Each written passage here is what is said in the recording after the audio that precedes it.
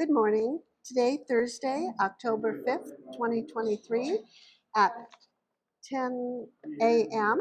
I, Rosemarie Polemi, am interviewing Mike at the Rocky Mountain Regional VA Medical Center in Aurora, Colorado, as part of Remembering Our Vets program. Good morning. Morning. Let's start by tell us a little bit about your childhood and your family. I grew up in a foster home of 18 kids. I'm the middle one. I haven't had contact with anyone in over 30. I've never made contact with my biologicals, and I ceased contact in early 90s. So I'm by myself. I have a dog, and I adopted a cat this week. So I've only seen twice in the house. Where were you born and where did you grow up? I was born in Chicago, in the city proper, and I grew up in the south suburbs. It was an all-black suburb, middle class. It was pretty cool. I got a lot of ribbing and bullying for being adopted. So yeah. Okay. What's your education background? I have 6 credit hours left to finish my master's in community counseling. Okay. And tell us a little bit about what motivated you to join the military. It was at the start of the school year, and the teachers went on strike. I was somewhat desperate just to disappear. So I joined the Navy at 17. My parents didn't know anything about it. I called them at the last minute, told them they needed to come down to the AFES, which is the entrance and examination station, and sign me in. There was no discussion, just sign. And did they? Yes, and I left. And why did you choose the Navy? I don't know. I really don't know. Tell us a little bit about where you traveled while you were in the military and for in the how long? Navy, my knees failed, and I was discharged for the convenience of the government.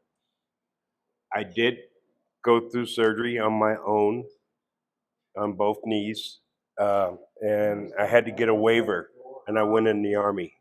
So the Department of the Army had to waiver me in since I was discharged for medical problems in the Navy.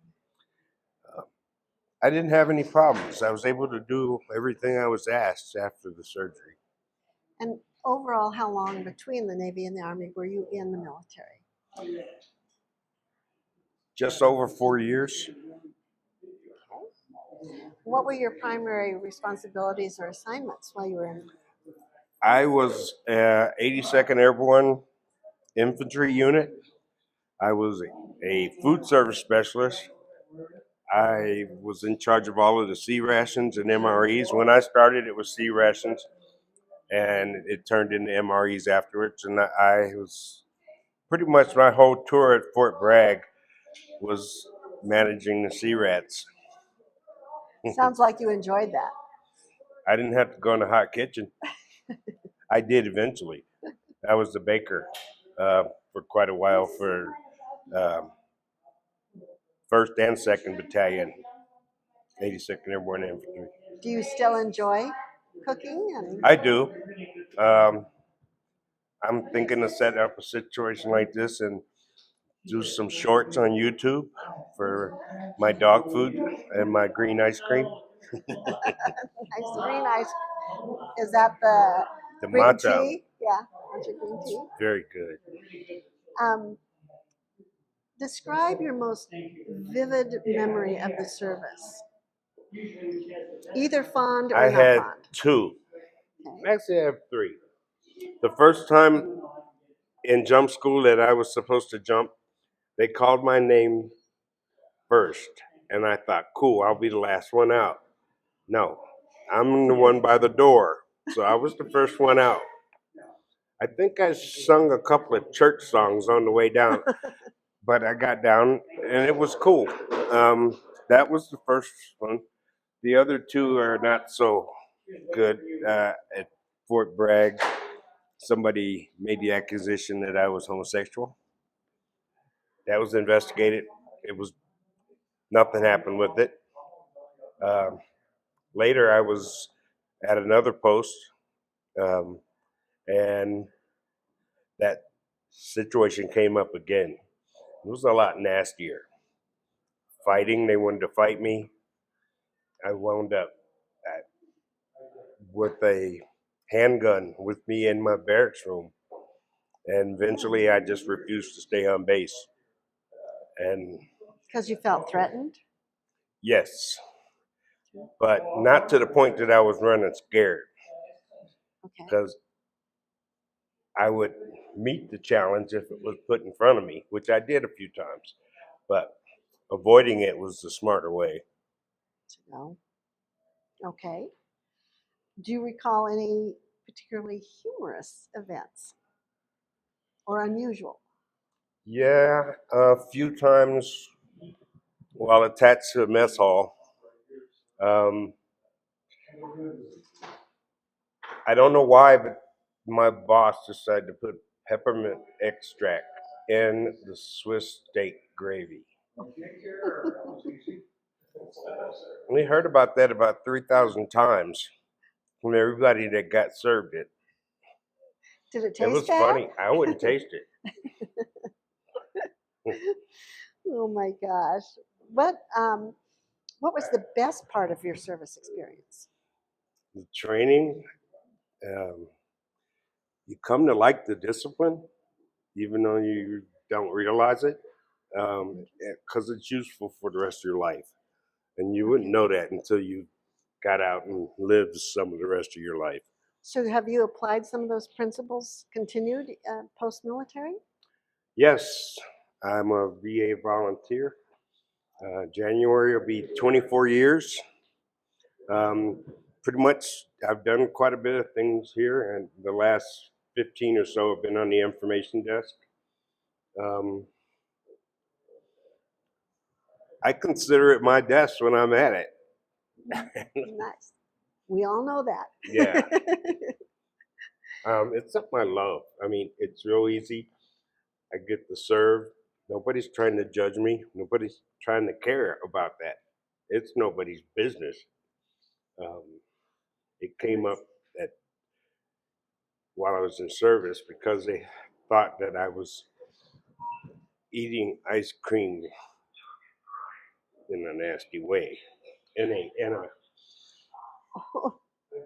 kind of a innuendo type way. Oh my goodness. Yeah, I mean, you'd be surprised. Yeah. Yeah. But it was all in all, it was good, and I'd do it again. Okay. Were you awarded any special citations or medals or awards or anything during your time that you would like to speak to? No, Okay. other than good conduct medal. Okay. Um, what occupation did you perform after service? Well, let me interject before. Um, did you travel anywhere else in the United States or abroad? Yes. Well, attached to the 82nd Airborne Division, doing our jumps. Mhm. The Pope Air Force Base is right next door, and they're the ones that provide transportation.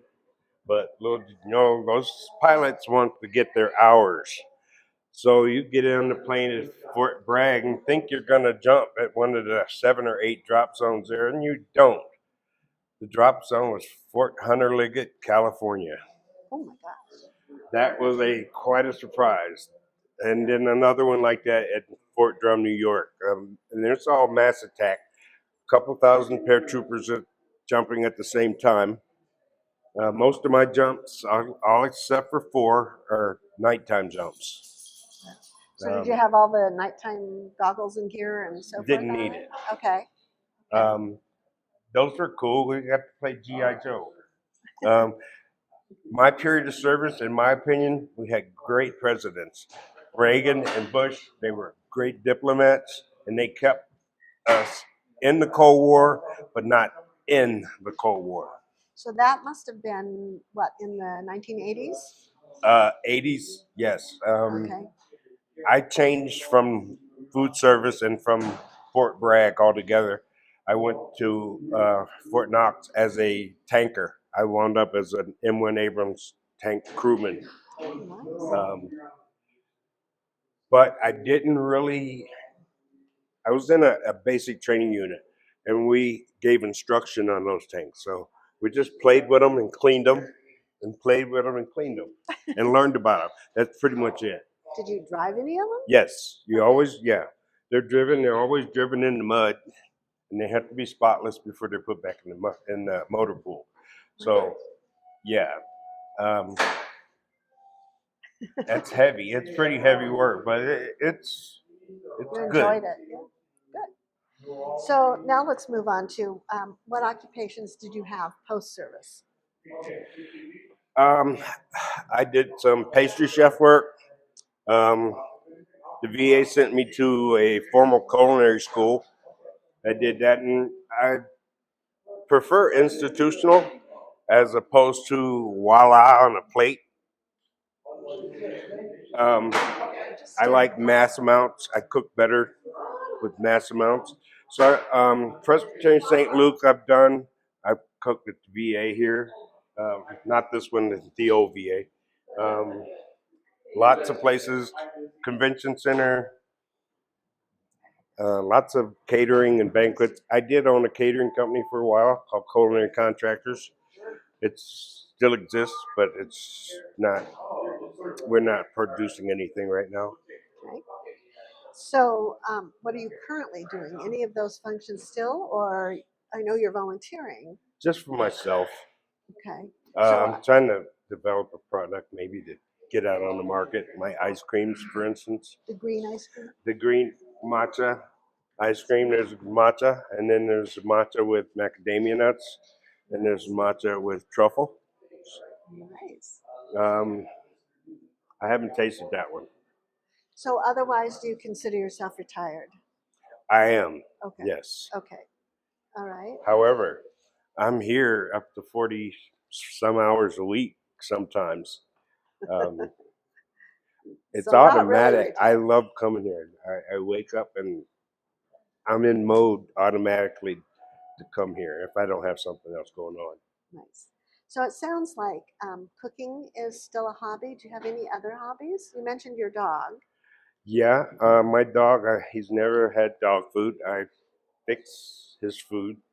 It's a mixture of chicken breast and applesauce, sweet potatoes, liver. What kind of dog is He's a Chihuahua plus. So the plus might be a terrier. Who knows? The Chihuahua part is evident, but he? The others. he has a lot of features that come from something else. Who knows what they do? What's his name? His name is Oliver. Oliver. And I just got a kitty, and her name is Blossom. Oh, nice. I adopted her from the Denver City Pound, her animal shelter. Do they get along? My dog likes cats. He grew up with cats. The cat, Blossom, my new cat, I've seen her twice in 2 days. She's So hiding? she was really groggy and recovering from her spaying. So she's gone. I just let her alone. She's eating, I know that, and she's using the litter box. I know that. Oh, good. Good. Can you tell us about an amazing, once in a lifetime experience you had inside or outside of the military?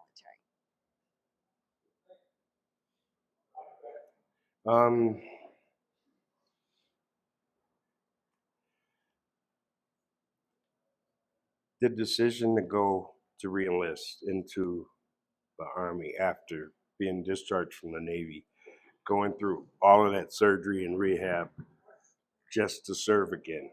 That's what it was. And that was your drive to yeah, serve again. there was no war, no urgent wars or anything that we noticed a lot of people enlisted after we had the 9/11 and whatnot.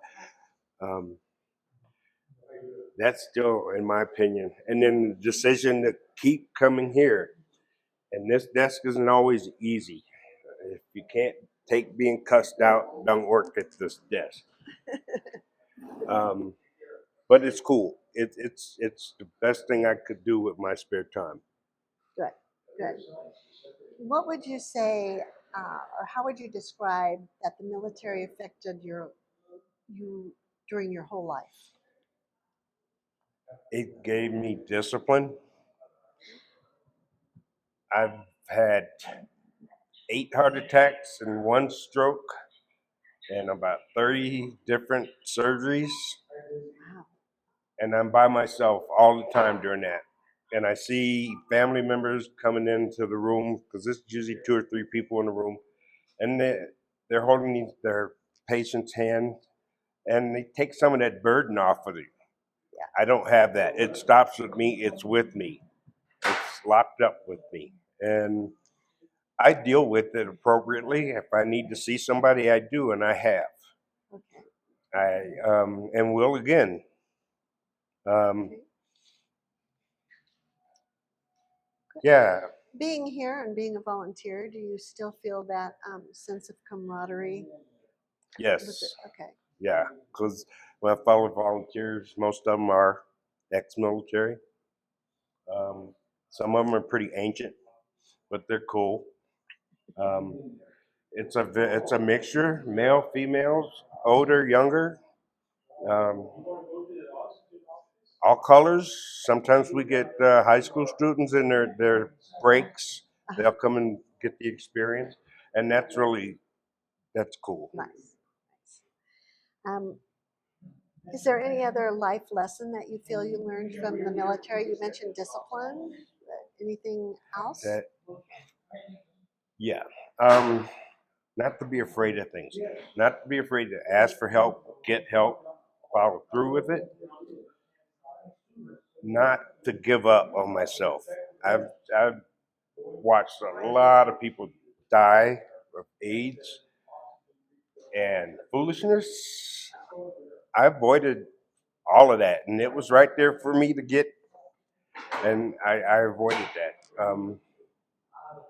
Yeah, it's just to keep going and include your community because you're in it and you should contribute to it. Very good. Very good. Is there anything in particular you miss about the service? The service, the whole thing.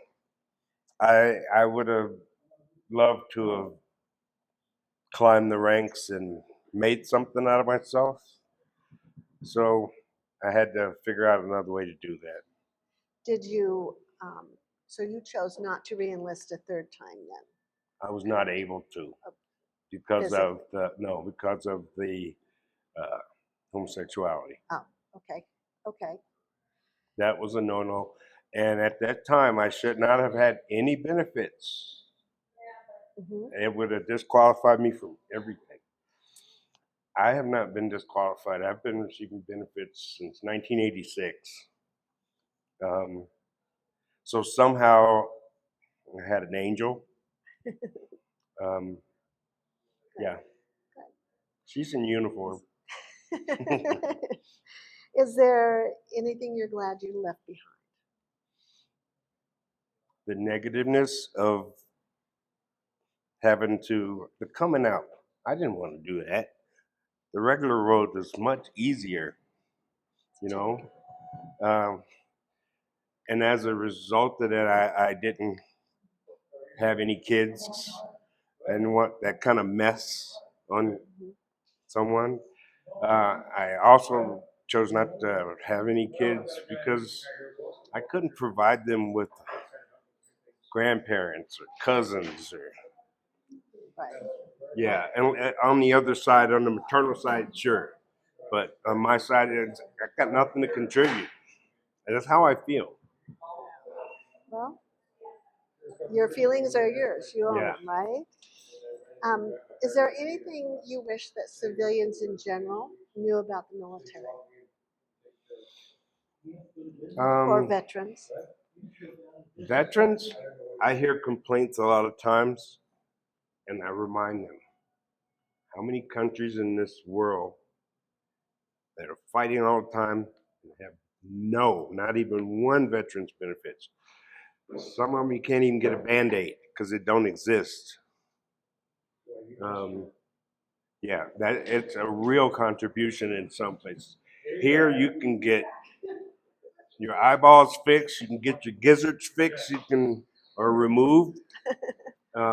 This is a learning hospital. All of VA is structured on that, using med students and professors, basically, and it works. They treated me for blindness in the right eye, the 8 heart attacks, the stroke, left knee replaced, right shoulder replaced. This will be right knee will be replaced in December. It's already scheduled. Nice. So on we go.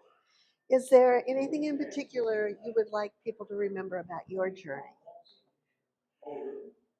That I put a hell of a lot of heart into it, and I still do. I kind of made the whole thing and would have made the military my family, but I had to make it here with these nuts. We got some good bosses in volunteer service. Somebody came up with the idea to change it to Community Development and Civic Engagement. That doesn't even rhyme. No, I'm just kidding. But yeah, it's a good thing, and I encourage people to come and do it. Good. Is there any particular message you would like to leave for future generations? It's yours. You got to protect it from whoever, domestic or foreign. The whole thing is yours. You need to participate in protecting it and growing it. And if you don't, well, whatever. Just please try to. Okay. Is there anything else that I didn't cover that you would like to add for your interview? Not really. It was a necessary journey for me to do the military. I don't know why. I wanted to get away. I've had some pretty rocky experiences. I wound up in the hands of 2 predator priests at 2 different times and managed to get out of that. And yeah, I'm here and I'm appropriate at all times, I hope. And we're glad you're here. Thank you. All right. Thank you so much, Mike, for It's your been fun. interview. Have a Looking great forward day. to this. Thank you.